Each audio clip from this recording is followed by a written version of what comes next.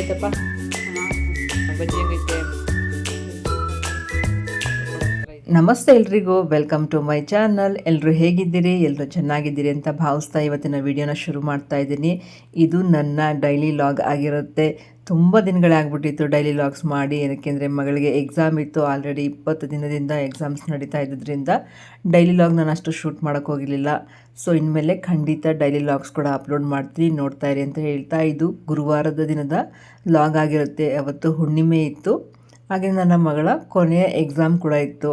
ಅವತ್ತೊಂದು ವಿಶೇಷವಾಗಿ ಪೂಜೆ ಮಾಡಿ ಅವಳಿಗೂ ಮಂಗಳಾರತಿ ಎಲ್ಲ ಕೊಟ್ಟು ಎಕ್ಸಾಮಿಗೆ ಕಳಿಸೋದು ಪ್ರತಿದಿನ ಇರ್ತಾಯಿತ್ತು. ಇವತ್ತೊಂಥರ ವಿಶೇಷ, ಗುರುವಾರ ಹುಣ್ಣಿಮೆ ಎಲ್ಲ ಸಿಕ್ಕಿತ್ತಲ್ವ, ಅದಕ್ಕೋಸ್ಕರನೇ. ಇನ್ನು ಬೆಳಿಗ್ಗೆ ತಿಂಡಿಗೆ ಪುಳಿಯೋಗರೆ ಮಾಡಿದ್ದೆ, ಸಿಂಪಲ್ಲಾಗಿ ಪುಳಿಯೋಗರೆ ಮಾಡಿ.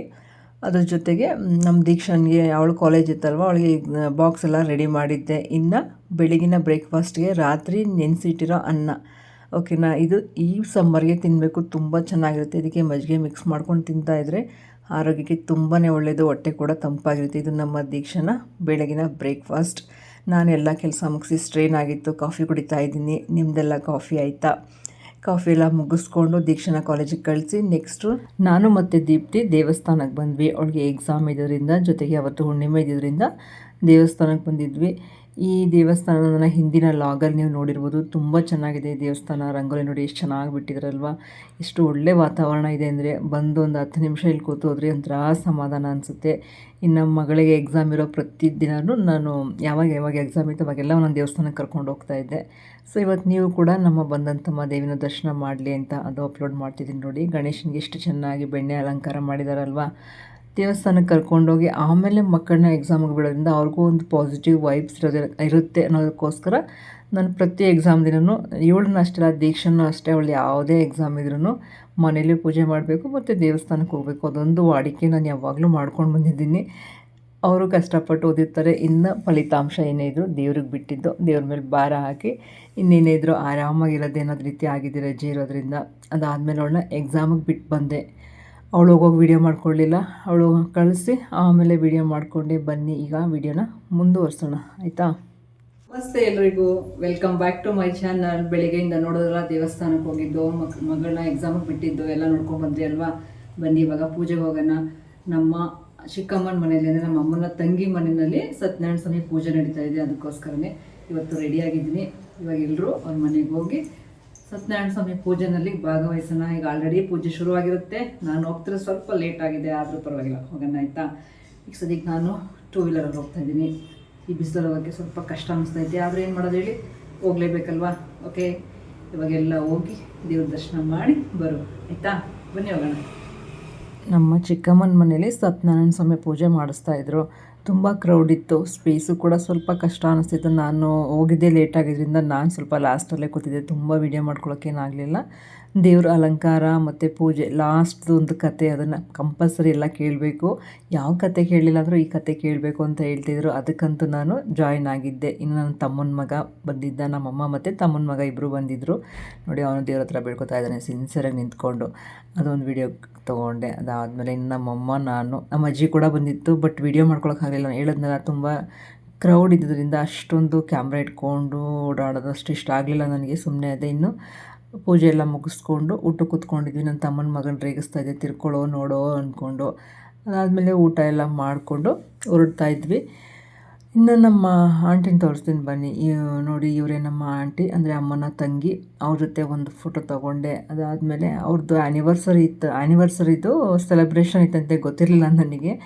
ತುಂಬ ಜನ ಅವ್ರಿಗೆ ಕುಂಕುಮ ಎಲ್ಲ ಇಟ್ಟು ಎಲ್ಲ ಬ್ಲೆಸ್ ಮಾಡ್ತಾಯಿದ್ರು. ಸೊ ಅದಕ್ಕೆ ನಮ್ಮ ಒರೆಸ್ತಾಯಿತ್ತು, ಕುಂಕುಮ ಜಾಸ್ತಿ ಆಯಿತು ಅಂದ್ಬಿಟ್ಟು. ನೋಡಿ, ದೇವರ ಅಲಂಕಾರ ಚೆನ್ನಾಗಿ ಮಾಡಿದಾರಲ್ವ. ಆ್ಯಕ್ಚುಲಿ ಪುರೋಹಿತರೇ ಮಾಡಿರೋದಂತೆ, ತುಂಬ ಚೆನ್ನಾಗಿ ಅಲಂಕಾರ ಮಾಡಿದರು. ಖುಷಿ ಆಯಿತು ದೇವ್ರನ್ನ ನೋಡಿ. ತುಂಬ ದಿನ ಆಗಿತ್ತು ಈ ರೀತಿ ದೇವರ ಪೂಜೆಗೆ ನಾನು ಜಾಯ್ನ್ ಆಗಿ ಸುಮಾರು ದಿನ ಆಗಿತ್ತು. ಬೇಗ ಹೋಗಿದ್ದು ಇನ್ನೂ ಚೆನ್ನಾಗಿರೋದು. ನಮ್ಮಮ್ಮ ಕೂಡ ಅವರಿಗೆ ಆಶೀರ್ವಾದ ಮಾಡ್ತಾಯಿತ್ತು. ನೋಡಿದ್ರಲ್ಲ, ಪೂಜೆದೆಲ್ಲ ಸಿಂಪಲಾಗಿ ವಿಡಿಯೋ ಮಾಡಿದ್ದೀನಿ, ಜಾಸ್ತಿ ಮಾಡೋಕ್ಕಾಗಲಿಲ್ಲ. ಯಾಕಂದರೆ ಸಿಕ್ಕಾಬಟ್ಟೆ ಕ್ರೌಡ್ ಇತ್ತು, ಅದಕ್ಕೆ ಮಾಡೋಕ್ಕಾಗಲಿಲ್ಲ ನನಗೆ. ಅದಾದಮೇಲೆ ಇವತ್ತು ನಮ್ಮ ಆಂಟಿಯವ್ರದ್ದು ಇವತ್ತೆಲ್ಲ ಆ್ಯನಿವರ್ಸರಿ, ಹೋದ ತಿಂಗಳ ಆ್ಯನಿವರ್ಸರಿ ಆಗೈತೆ. ಅದನ್ನು ಅವರು ಇವಾಗ ಆಚರಿಸ್ಕೊತಾ ಇದ್ದಾರಂತೆ, ನನಗೂ ಗೊತ್ತಿರಲಿಲ್ಲ. ಕೂತಿದ್ರೆ ನಾವೇನಾದರೂ ಗಿಫ್ಟ್ ತೊಗೊಂಡು ಹೋಗ್ಬೇಕಿತ್ತು, ತೊಗೊಂಡು ಹೋಗೋದಿತ್ತು. ಬಟ್ ತೊಗೊಳಕ್ಕಾಗಲಿಲ್ಲ, ಅದಕ್ಕೆ ಬೇಜಾರಾಯಿತು ಅಷ್ಟೇ. ಇನ್ನೇನು ನನ್ನ ಮಗಳಿಗೂ ಎಕ್ಸಾಮ್ ಮುಗೀತು ಇವತ್ತಿಂದ.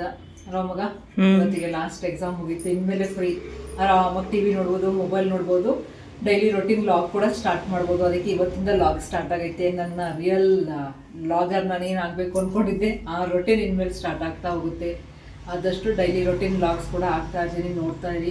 ಈಗ ಸದ್ಯಕ್ಕೆ ಬಂದಿದ್ದೀನಿ, ಬಿಸಿಲಲ್ಲಿ ಸಿಕ್ಕಾಬಟ್ಟೆ ಬಿಸಿಲೈತೆ. ಫಸ್ಟು ಸ್ವಲ್ಪ ರೆಸ್ಟ್ ಮಾಡೋಣ ಅಂದ್ಕೊಂಡಿದ್ದೀನಿ. ವಿಡಿಯೋ ಇನ್ನೂ ಹೆಂಗೆ ಹೋಗುತ್ತೆ ಅಂತ ನೋಡೋಣ. ರಾತ್ರಿ ಆದರೆ ಒಂದು ರೆಸಿಪಿ ಹಾಕೋಣ ಅಂತ ಅಂದ್ಕೊಂಡಿದ್ದೀನಿ, ರೆಸಿಪಿ ಮಾಡೋಣ ಅಂದ್ಕೊಂಡಿದ್ದೀನಿ. ಅದು ಮಾಡಿದ್ರೆ ಖಂಡಿತ ಈ ವಿಡಿಯೋದಲ್ಲಿ ಇರುತ್ತೆ, ನೋಡಿರುತ್ತೆ. ಈಗ ಸದ್ಯಕ್ಕೆ ಸ್ವಲ್ಪ ರೆಸ್ಟ್ ಮಾಡಬೇಕು. ದೀಪ್ತಿ ಕೂಡ ರೆಸ್ಟ್ ಮಾಡಬೇಕಲ್ವ. ದೀಪ್ತಿ ಬೆಳಿಗ್ಗೆನೇ ಬೇಗ ಇದ್ದಿದ್ದು. ಹೆಂಗೆ ಮಾಡಿದೆ ಮಗ ಎಕ್ಸಾಮ್ಸ್ ಎಲ್ಲ? ಚೆನ್ನಾಗಿ ಮಾಡ್ತೆ, ಚೆನ್ನಾಗಿ ಮಾಡೋಳಂತೆ. ಆರಾಮ್ 10th ಮುಗೀತು, ಇನ್ನೇನಿದ್ರು ಫಸ್ಟ್ ಪಿ ಯು ನನ್ನ ಮಗಳು. ಓಕೆ, ಆಮೇಲೆ ಸಿಕ್ನಿಗೆ ಸ್ವಲ್ಪ ಸದ್ಯಕ್ಕೆ ರೆಸ್ಟ್ ಮಾಡ್ತೀನಿ, ಆಯಿತಾ. ಇಲ್ಲಿ ನಾನು ಎಲೆಕೋಸು ಮತ್ತು ಪಾಲಕ್ ಸೊಪ್ಪು ಹಾಕಿ ಬಜ್ಜಿ ಮಾಡ್ತಾಯಿದ್ದೀನಿ. ಅದಕ್ಕೋಸ್ಕರ ಎಲೆಕೋಸನ್ನ ಸಣ್ಣಕ್ಕೆ ಹೆಚ್ಚಿಟ್ಕೊಂಡಿದ್ದೀನಿ, ವಾಶ್ ಮಾಡಿ ಹೆಚ್ಚಿಟ್ಟಿದ್ದೀನಿ. ಜೊತೆಗೆ ಪಾಲಕ್ ಸೊಪ್ಪು ಕೂಡ ನೀಟಾಗಿ ವಾಶ್ ಮಾಡಿ ಹೆಚ್ಚಿಟ್ಕೊಂಡಿದ್ದೀನಿ. ಇದೆರಡು ತೊಗೊಂಡಿದ್ದೀನಿ, ಹಾಕಿ ಮಾಡಿ ತುಂಬ ಟೇಸ್ಟಾಗಿರುತ್ತೆ. ಆ್ಯಕ್ಚುಲಿ ಬಜ್ಜಿಗೆ ಪಾಲಕ್ ಸೊಪ್ಪು ಹಾಕಿ ಒಳ್ಳೆ ಟೇಸ್ಟ್ ಕೊಡುತ್ತೆ. ಅದಕ್ಕೂ ಮುಂಚೆ ನಾನು ಬೌಲಲ್ಲಿ ಈರುಳ್ಳಿ ಹೆಚ್ಚಿಟ್ಕೊಂಡಿದ್ದೀನಿ, ಇದಕ್ಕೆ ಸ್ವಲ್ಪ ಉಪ್ಪು ಹಾಕ್ಕೊಂಡಿದ್ದೆ. ಅದಾದಮೇಲೆ ಹೆಚ್ಚಿರೋ ಎಲೆಕೋಸು ಮತ್ತು ಪಾಲಕ್ ಸೊಪ್ಪನ್ನ ಇದಕ್ಕೆ ಹಾಕೋತಾ ಇದ್ದೀನಿ. ಇದ್ರ ಜೊತೆಗೆ ಇವಾಗ ಅಚ್ಚ ಖಾರದ ಪುಡಿ, ನಿಮಗೆ ಎಷ್ಟು ಖಾರ ಬೇಕೋ ಅಷ್ಟು ಅಚ್ಚ ಖಾರದ ಪುಡಿ ಹಾಕ್ಕೊಳ್ಳಿ. ಮತ್ತು ಅರಿಶಿನ ಒಂದು 2 ಸ್ಪೂನು ಅಕ್ಕಿ ಹಿಟ್ಟು ಹಾಕ್ಕೊಳ್ಳಿ. ಅದಾದಮೇಲೆ ಸ್ವಲ್ಪ ಇಂಗು ಮತ್ತು ಕೊಟ್ಟಿರೋ ಜೀರಿಗೆ ಹಾಕೋತಾ ಇದ್ದೀನಿ. ಯಾವಾಗಲೂ ಅಷ್ಟೇ ಬಜ್ಜಿ ಎಲ್ಲ ಮಾಡುವಾಗ ಜೀರಿಗೆ ಮತ್ತು ಹಿಂಗೆ ಹಾಕ್ಕೊಳ್ಳಿ, ಗ್ಯಾಸ್ಟ್ರಿಕ್ ಪ್ರಾಬ್ಲಮ್ ಆಗೋಲ್ಲ. ಇನ್ನು ನೆಕ್ಸ್ಟು ಇದಕ್ಕೆ ಕಡಲೆ ಹಿಟ್ಟು ಹಾಕ್ಕೊಳ್ಳಿ. ಒಂದು 3 ಸ್ಪೂನ್ ಕಡಲೆ ಹಿಟ್ಟು ಹಾಕ್ಕೊಂಡು ನೀಟಾಗಿ ಫಸ್ಟು ಮಿಕ್ಸ್ ಮಾಡ್ಕೊಳ್ಳಿ. ಈ ಥರ ಮಿಕ್ಸ್ ಮಾಡಿಯೇ ನೀವು ನೀರು ಹಾಕಬೇಕು. ಮುಂಚೆನೇ ನೀರು ಹಾಕಿದ್ರೆ ಅಷ್ಟು ನೀಟಾಗಿ ಎಲ್ಲ ಮಿಕ್ಸ್ ಆಗೋದಿಲ್ಲ, ಡ್ರೈ ಆಗಿ ಯಾವಾಗಲೂ ಮಿಕ್ಸ್ ಮಾಡಿ. ಇದಕ್ಕೆ ನಾನು ಇವಾಗ ರುಚಿಗೆ ತಕ್ಕಷ್ಟು ಉಪ್ಪು ಹಾಕೋತಾ ಇದ್ದೀನಿ. ನೀವು ಅಷ್ಟೇ ಉಪ್ಪು ಹಾಕ್ಕೊಂಡು ಮತ್ತೊಂದು ಸಲ ಕೈಯಲ್ಲೇ ಮಿಕ್ಸ್ ಮಾಡಿ ಆನಂತರ ಇದಕ್ಕೆ ನೀರು ಹಾಕ್ಕೊಂಡು ಕಲಿಸ್ಕೊಳ್ಳಿ. ಇದಕ್ಕೆ ಸ್ವಲ್ಪ ನೀರು ಹಾಕೋಬೇಕು. ಇದು ಗಟ್ಟಿಗಿರಬೇಕು. ಹೆಂಗೆ ಬರುತ್ತೆ ಗೊತ್ತಾ, ಇದು ಡ್ರೈ ಗೋಬಿ ಥರ ಇರುತ್ತೆ. ತುಂಬ ಇಷ್ಟ ಆಗುತ್ತೆ ಮಕ್ಳಿಗಂತೂ, ನಮಗೂ ಅಷ್ಟೇ ತುಂಬ ಇಷ್ಟ ಆಗುತ್ತೆ. ಆ್ಯಂಡ್ ಈರುಳ್ಳಿ ಮನೇಲಿ ಕಮ್ಮಿ ಇದ್ದಾಗ ಈ ಥರ ಎಲೆಕೋಸು ಕೂಡ ಮಿಕ್ಸ್ ಮಾಡಿ ಚೆನ್ನಾಗಿರುತ್ತೆ. ನಾನಿವಾಗ ಗೋಬಿ ಏನು ತಿಂತೀವಲ್ವ ಅದೇ ಸೈಜಲ್ಲೇ ಹಾಕ್ತಾಯಿದ್ದೀನಿ. ಚಿಕ್ಕದಾಗಿ ಹಾಕ್ಕೊಳ್ಳಿ. ಮಕ್ಕಳಿಗೆ ಒಂದೇ ಸಲ ಒಂದೊಂದು ಬಾಯಿಗೆ ಹಾಕ್ಕೊಳ್ಳಿಕ್ಕೂ ತುಂಬ ಇಷ್ಟ ಆಗುತ್ತೆ. ಈಗ ಸಮ್ಮರಲ್ಲಂತೂ ಅವ್ರದ್ದು ಏನಾದರೂ ಕೇಳ್ತಾನೆ ಇರ್ತಾರೆ. ಸೊ ಇದನ್ನು ಮಾಡಿಕೊಡಿ, ಅವ್ರಿಗೆ ಇಷ್ಟ ಆಗುತ್ತೆ. ಇದನ್ನು ಹಾಕೋವಾಗ ಸ್ವಲ್ಪ ಅದು ಎಲೆಕೋಸು ಬಿಟ್ಕೊಳ್ಳೋದ್ರಿಂದ ಒಂಥರ ಅನಿಸುತ್ತೆ. ಸ್ವಲ್ಪ ಬೇಕಿದ್ರೆ ನೀವು ತೆಳು ಮಾಡ್ಕೋಬೋದು, ಒಂಚೂರು ಇನ್ನೊಂದು ಸ್ವಲ್ಪ ನೀರು ಹಾಕ್ಕೊಂಡ್ರೂ ನೀಟಾಗಿ ಬರುತ್ತೆ. ಇದು ಆಗ್ತಾ ಇರಲಿ ಅಷ್ಟರಲ್ಲಿ ನಾನು ಇವಾಗ ನಿಮಗೆ ಕಡಲೆಪುರಿ ಉಸ್ಲಿ ಮಾಡೋದು ತೋರಿಸ್ಕೊಡ್ತಾ ಇದ್ದೀನಿ. ತುಂಬ ಈಸಿ ಇರುತ್ತೆ ಇದು, ಆಯಿತಾ. ಈಗ ಕಡಲೆಪುರಿನ ಕ್ಲೀನ್ ಮಾಡಿ ವಾಶ್ ಮಾಡ್ಕೊತಾ ಇದ್ದೀನಿ. ವಾಶ್ ಮಾಡೋಕ್ಕೋಸ್ಕರ ಒಂದು ಬೌಲ್ಗೆ ಹಾಕ್ಕೊಂಡಿದ್ದೀನಿ. ಇದಕ್ಕೆ ನೀರು ಹಾಕ್ಕೊಂಡು ಒಂದು ಸಲ ನೀರನ್ನ ಚೆಲ್ಲಿ ಮತ್ತು ಇನ್ನೊಂದು ಸಲ ನೀರಲ್ಲಿ ವಾಶ್ ಮಾಡ್ಕೊಳ್ಳಿ. ಈ ರೀತಿ ನೀಟಾಗಿ ಪ್ರೆಸ್ ಮಾಡಿ ವಾಶ್ ಮಾಡ್ಕೊಳ್ಳಿ. ಆ್ಯಕ್ಚುಲಿ ನಾನು ದೊಡ್ಡ ಪಾತ್ರೆ ತೊಗೋಬೇಕಾಗಿದೆ, ಸ್ವಲ್ಪ ಚಿಕ್ಕ ತೊಗೊಂಡ್ಬಿಟ್ಟೆ ಅಷ್ಟೇ. ಈ ರೀತಿ ಮಿಕ್ಸ್ ಮಾಡಿ ವಾಶ್ ಮಾಡದೆ ಯೂಸ್ ಮಾಡೋಕ್ಕಂತೂ ಖಂಡಿತ ಹೋಗಬೇಡಿ. ನಾನೊಂದ್ಸಲ ಹಂಗೆ ಮಾಡಿಬಿಟ್ಟಿದ್ದೆ, ತಿನ್ನಲಿಕ್ಕೆ ಆಗ್ತಿರಲಿಲ್ಲ, ಹಲ್ಲೆಲ್ಲ ನೋವು ಬರುತ್ತೆ. ಈ ರೀತಿ ನೀಟಾಗಿ ಪ್ರೆಸ್ ಮಾಡಿ ಸ್ವಲ್ಪ ಸಾಫ್ಟ್ ಆದಮೇಲೆ ನೀರನ್ನ ಹಿಂಡಿ ತಗೊಳ್ಳಿ, ಆಯಿತಾ. ತುಂಬ ಚೆನ್ನಾಗಿ ಬರುತ್ತೆ. ಮಕ್ಳಿಗಂತೂ ಒಳ್ಳೆ ಸ್ನ್ಯಾಕ್ಸ್ ಇದು, ಇಷ್ಟ ಆಗುತ್ತೆ. ಖಂಡಿತ ಟ್ರೈ ಮಾಡಿ. ಈ ಸಮ್ಮರಲ್ಲಿ ಎಷ್ಟು ರೆಸಿಪೀಸ್ ಗೊತ್ತಿದ್ರೂ ಉಪಯೋಗಕ್ಕೆ ಬರುತ್ತೆ ಅಲ್ವಾ. ಅದಕ್ಕೋಸ್ಕರ ನನ್ನ ಚಾನಲ್ನ ನೋಡ್ತಾ ಇದ್ದೀನಿ. ಈ ರೆಸಿಪಿಗಳು ಕೂಡ ನಿಮಗೆ ಯೂಸ್ ಆಗುತ್ತೆ ಅಂತ ಹೇಳ್ತಾ ನೋಡಿ ಇವಾಗೆಲ್ಲ ನೀಟಾಗಿ ತೊಗೋತಾ ಇದ್ದೀನಿ. ಲಾಸ್ಟಲ್ಲಿ ಎಷ್ಟು ಡಸ್ಟ್ ಬರುತ್ತೆ ಗೊತ್ತಾ, ಅದಕ್ಕೆ ವಾಶ್ ಮಾಡ್ಕೋಬೇಕು. ಅದಾದಮೇಲೆ ಒಂದು ಬಾಣಲೆನ ಬಿಸಿಗಿಟ್ಟು ಸ್ವಲ್ಪ ಎಣ್ಣೆ ಜಾಸ್ತಿ ಹಾಕ್ಕೋಬೇಕು. ಅಂದರೆ ಒಂದು 2 ಸ್ಪೂನ್, ಫುಲ್ ಸ್ಪೂನ್ ಆದರೆ ಒಂದು 2 ಸ್ಪೂನ್ ಹಾಕ್ಕೊಂಡು ಇದಕ್ಕೆ ಸಾಸಿವೆ, ಜೀರಿಗೆ, ಅದಾದಮೇಲೆ ಕಡಲೆಬೀಜ ಹಾಕ್ಕೊಳ್ಳಿ. ಕಡಲೆಬೀಜ ಸ್ವಲ್ಪ ಜಾಸ್ತಿನೇ ಹಾಕ್ಕೊಂಡು ಚೆನ್ನಾಗಿ ಫ್ರೈ ಮಾಡಬೇಕು. ಇದ್ರ ಜೊತೆಗೇ ಹಸಿಮೆಣ್ಸಿಕಾಯಿ ಹಾಕಿ ಫ್ರೈ ಮಾಡ್ತಾಯಿದ್ದೀನಿ. ಹಸಿಮೆಣ್ಸಿಕಾಯಿನ ಕಡಲೆಬೀಜದೊಟ್ಟಿಗೆ ಮಾಡಿ ನೀಟಾಗಿ ಇದು ರೋಸ್ಟ್ ಆದರೆ ತಿನ್ನಲಿಕ್ಕೆ ತುಂಬಾ ಚೆನ್ನಾಗಿರುತ್ತೆ. ಹಾಗೆಯೇ ಖಾರನೂ ಚೆನ್ನಾಗಿ ಬಿಟ್ಟಿರುತ್ತೆ. ನೆಕ್ಸ್ಟು ಗ್ಯಾಸ್ಟ್ರಿಕ್ ಕೂಡ ಆಗೋದಿಲ್ಲ. ಅದಕ್ಕೋಸ್ಕರ ಈ ರೀತಿ ಕಡಲೆಬೀಜ ಜೊತೆಗೇ ಹಸಿಮೆಣ್ಸಿಕಾಯಿನ ಫ್ರೈ ಮಾಡ್ತಾಯಿದ್ದೀನಿ. ಅದಾದಮೇಲೆ ಕಡಲೆಬೇಳೆ, ಉದ್ದಿನಬೇಳೆ ಹಾಕಿ ಫ್ರೈ ಮಾಡ್ತಾಯಿದ್ದೀನಿ. ಸ್ವಲ್ಪ ಫ್ರೈ ಆದಮೇಲೆ ಈರುಳ್ಳಿ ಹಾಕೋದು. ತುಂಬ ಈಸಿ ರೆಸಿಪಿ ಇದು, ನೈಟ್ ಕೂಡ ಮಾಡ್ಕೋಬೋದು, ಆರಾಮಾಗಿ ಮಾಡ್ಕೊಂಡು ತಿನ್ಬೋದು. ನಾವು ಅಷ್ಟೇ, ನಾವು 3 ಜನ ಇದ್ದಾಗ ಇದನ್ನೇ ಜಾಸ್ತಿ ಮಾಡ್ಕೊಳ್ಳೋದು. ಈಗ ಈರುಳ್ಳಿ ಹಾಕಿದ್ದೀನಲ್ವ, ಈರುಳ್ಳಿ ಸ್ವಲ್ಪ ಫ್ರೈ ಆದಮೇಲೆ ಒಂದು ಟೊಮೊಟೊ ಹಾಕಿದ್ದೀನಿ. ಟೊಮೊಟೊ ಇನ್ನು ಸ್ವಲ್ಪ ಬೇಕಿದ್ರೆ ಹಾಕೋಬೋದು, ನಿಂಬೆಹಣ್ಣು ಹಾಕೋದ್ರಿಂದ ಒಂದು ಟೊಮೊಟೊ ಹಾಕಿದ್ದೀನಿ. ನೆಕ್ಸ್ಟ್ ಇದಕ್ಕೆ ಉಪ್ಪು ಹಾಕಿ ಸ್ವಲ್ಪ ಫ್ರೈ ಮಾಡ್ಕೊಳ್ಳೋಣ. ಟೊಮೊಟೊ ಸ್ವಲ್ಪ ಸಾಫ್ಟ್ ಆಗಲಿ. ಈಗ ಸ್ವಲ್ಪ ಕರಿಬೇವಿನ ಸೊಪ್ಪು, ನೆಕ್ಸ್ಟು ಅರಿಶಿನ ಹಾಕಿ ಚೆನ್ನಾಗಿ ಫ್ರೈ ಮಾಡ್ಕೊಳ್ಳಿ. ಬೇಕಿದ್ರೆ ನೀವು ಅಚ್ಚ ಖಾರದ ಪುಡಿ ಉಪಯೋಗಿಸ್ಬೋದು, ಬಟ್ ಬೇಡ, ಇಷ್ಟ ಹಾಕಿದ್ರೆ ಸಾಕು. ಇನ್ನು ವಾಶ್ ಮಾಡಿ ಇಟ್ಟಿರ್ತಕ್ಕಂಥ ಕಡಲೆಪುರಿನ ಹಾಕ್ಕೊಂಡು ನೀಟಾಗಿ ಮಿಕ್ಸ್ ಮಾಡ್ಕೊಳ್ಳಿ. ಕಮ್ಮಿ ಊರಿನಲ್ಲಿ ಸ್ವಲ್ಪ ನೀಟಾಗಿ ಮಿಕ್ಸ್ ಮಾಡ್ಕೊಳ್ಳಿ. ಇವಾಗ ಇದಕ್ಕೆ ಒಂದು ಟ್ವಿಸ್ಟ್ ಏನು ಹೇಳಿ, ಕಡಲೆ ಪುಡಿನ ಹಾಕೋಬೇಕು. ಹುರ್ಗಡ್ಲೆ ಇರುತ್ತಲ್ಲ ಅದನ್ನು ಪೌಡ್ರ್ ಮಾಡಿಕೊಂಡು ಅದನ್ನು 1-2 ಸ್ಪೂನ್ ಹಾಕ್ಕೊಳ್ಳಿ, ಅಥವಾ ಅದಕ್ಕಿಂತ 1.5 ಸ್ಪೂನ್ ಹಾಕ್ಕೊಂಡ್ರೆ ಸಾಕು. ಇದನ್ನು ಹಾಕಲೇಬೇಕು. ಇದು ಹಾಕಲಿಲ್ಲ ಅಂದರೆ ಸ್ವಲ್ಪ ನೀರಂಗೆ ಆಗುತ್ತೆ. ಯಾಕಂದರೆ ನಾನು ಒಂದು ಸಲ ಹಾಕ್ತೆ ಕೂಡ ಮಾಡಿದ್ದೀನಿ. ನನ್ನ ಎಲ್ಲ ಎಕ್ಸ್ಪೀರಿಯೆನ್ಸ್ನೂ ಕೂಡ ನಿಮ್ಗೆ ಹೇಳ್ತಾ ಇರ್ತೀನಿ. ಸೊ ಇದನ್ನು ಹಾಕಿದ್ರೇ ಚೆಂದ. ಇನ್ನು ಲಾಸ್ಟಿಗೆ ನಿಂಬೆಹಣ್ಣು ಮತ್ತು ಕೊತ್ತಂಬರಿ ಹಾಕೋಬೇಕು. ನಿಂಬೆಹಣ್ಣು ನಿಮ್ಮ ರುಚಿಗೆ ಅನುಸಾರವಾಗಿ ಹಾಕ್ಕೊಳ್ಳಿ, ತುಂಬ ಚೆನ್ನಾಗಿರುತ್ತೆ. ಏನಪ್ಪ ಬೇಲ್ಪುರಿ ತಿಂತೀವಲ್ಲ ಆ ಥರನೂ ಅನಿಸುತ್ತೆ, ಅಥವಾ ಚಿತ್ರಾನ್ನ ತಿಂದಂಗೆ ಅವಲಕ್ಕಿ ಚಿತ್ರಾನ್ನ ಥರನೂ ಇರುತ್ತೆ ನೋಡಿ. ನಿಂಬೆಹಣ್ಣು ಕೊತ್ತಂಬರಿ ಎಲ್ಲ ಹಾಕೋವಾಗ ನಾನು ಸ್ಟವ್ನ ಆಫ್ ಮಾಡಿದ್ದೀನಿ. ಮಕ್ಕಳಿಗಂತೂ ಮಾಡಿಸ್ದಂಗಿರುತ್ತೆ ಈ ರೆಸಿಪಿಗಳು. ಡೆಫಿನೆಟ್ಲಿ ಟ್ರೈ ಮಾಡಿ ನೋಡಿ. ಆಗೋಷ್ಟೊತ್ತಿಗೆ ಒಂದು ಸಲ ಆಲ್ರೆಡಿ ನಾನು ಬಜ್ಜಿ ತೆಗೆದುಬಿಟ್ಟಿದ್ದೀನಿ. ಅದರಲ್ಲಿ ಆಲ್ಮೋಸ್ಟ್ ಸುಮಾರು ಖಾಲಿ ಕೂಡ ಮಾಡಿದ್ದಾರೆ ನನ್ನ ಮಕ್ಕಳು. ಇದು 2ನೇ ಸಲ ಹಾಕ್ತಾಯಿದ್ದೀನಿ ನೋಡಿ. ಹೋಗ್ತಾ ಬರ್ತಾ ತಿಂದಾಕ್ಬಿಟ್ಟಿರ್ತಾರೆ. ಹೊರ್ಗಡೆಗಿಂತ ಮನೆಯೇ ಮಾಡಿಕೊಟ್ರೆ ಚೆಂದ. ನನ್ನ ಮಗಳು ಚೆನ್ನಾಗಿದೆ ಅಂತ ಸೂಪರ್ ಅಂತ ಹೇಳ್ತಾಯಿದ್ಲು. ಇನ್ನೊಬ್ಬ ಮಕ್ಕಳಿಗಿಬ್ರಿಗೂ ತಿನ್ಲಿಕ್ಕೆ ಕೊಡೋಣ ಹೇಗಿದೆ ಅಂತ ಅವರೇ ಹೇಳ್ತಾರೆ. ಅವ್ರ ಹತ್ರನೇ ಕೇಳೋಣ. ಇಷ್ಟ ಆಯಿತು ಅಂತ ಭಾವಿಸ್ತೀನಿ. ಆ್ಯಕ್ಚುಲಿ ಈ ವಿಡಿಯೋ ಇಷ್ಟ ಆಗಿದ್ರೆ ಪ್ಲೀಸ್ ಲೈಕ್, ಶೇರ್, ಕಮೆಂಟ್ ಮರಿಬೇಡಿ. ಹಾಗೆಯೇ ನನ್ನ ಚಾನಲ್ಗೆ ಹೈಪ್ ಪಾಯಿಂಟ್ಸ್ ಕೂಡ ಕೊಡ್ಬೋದು. ದಯವಿಟ್ಟು ನನ್ನ ಚಾನಲ್ನ ನೋಡಿ ನಿಮಗೆ ಇಷ್ಟ ಆದಲ್ಲಿ ಹೈಪ್ ಪಾಯಿಂಟ್ಸ್ ಕೂಡ ಆ್ಯಡ್ ಮಾಡ್ತಾ ಹೋಗಿ ಅಂತ ಕೇಳ್ಕೊಡ್ತೀನಿ. ಹಾಗೆ ಚಾನಲ್ನ ದಯವಿಟ್ಟು ಸಬ್ಸ್ಕ್ರೈಬ್ ಮಾಡಿಕೊಂಡು ನನಗೆ ಸಪೋರ್ಟ್ ಮಾಡಿ ಅಂತ ನಿಮ್ಮನ್ನೆಲ್ಲ ಕೇಳ್ಕೊಳ್ತೀನಿ. ಎಷ್ಟು ಚೆನ್ನಾಗಿದೆ ಅಲ್ಲ ರೆಸಿಪಿ, ನೋಡಲಿಕ್ಕೆ ಎಷ್ಟು ಚೆನ್ನಾಗಿ ಕಲರ್ಫುಲ್ಲಾಗಿ ಕಾಣಿಸ್ತಿದೆಯೋ, ತಿನ್ನಲಿಕ್ಕೂ ಅಷ್ಟೇ ಚೆನ್ನಾಗಿರುತ್ತೆ. ಬನ್ನಿ ಇವಾಗ ಮಕ್ಕಳನ್ನ ಕೇಳೋಣ ಹೇಗಿದೆ ಅಂತ. ಅದ್ರ ಜೊತೆಗೆ ಈ ವಿಡಿಯೋನ ಎಂಡ್ ಮಾಡ್ತಾಯಿದ್ದೀನಿ. ದೀಕ್ಷಾ ಹೆಂಗಾಯ್ತಪ್ಪ? ಚೆನ್ನಾಗಿತ್ತಾ? ನೀನು ಒಂದ್ಸಲ ಮಾಡಿದ್ದಲ್ಲ ಸೂಪರ್ ಆಗಿ.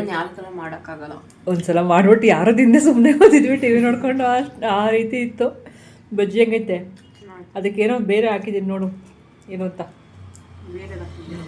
ಬರೀ ಈರುಳ್ಳಿ ಇಲ್ಲ, ಅದರಲ್ಲಿ ಕ್ಯಾಬೇಜ್ ಹಾಕಿದ್ದೀನಿ. ಕ್ಯಾಬೇಜ್ ಬಜ್ಜಿ ಮತ್ತು ಪಾಲಕ್ ಸೊಪ್ಪು ಹಾಕಿದ್ದೀನಿ.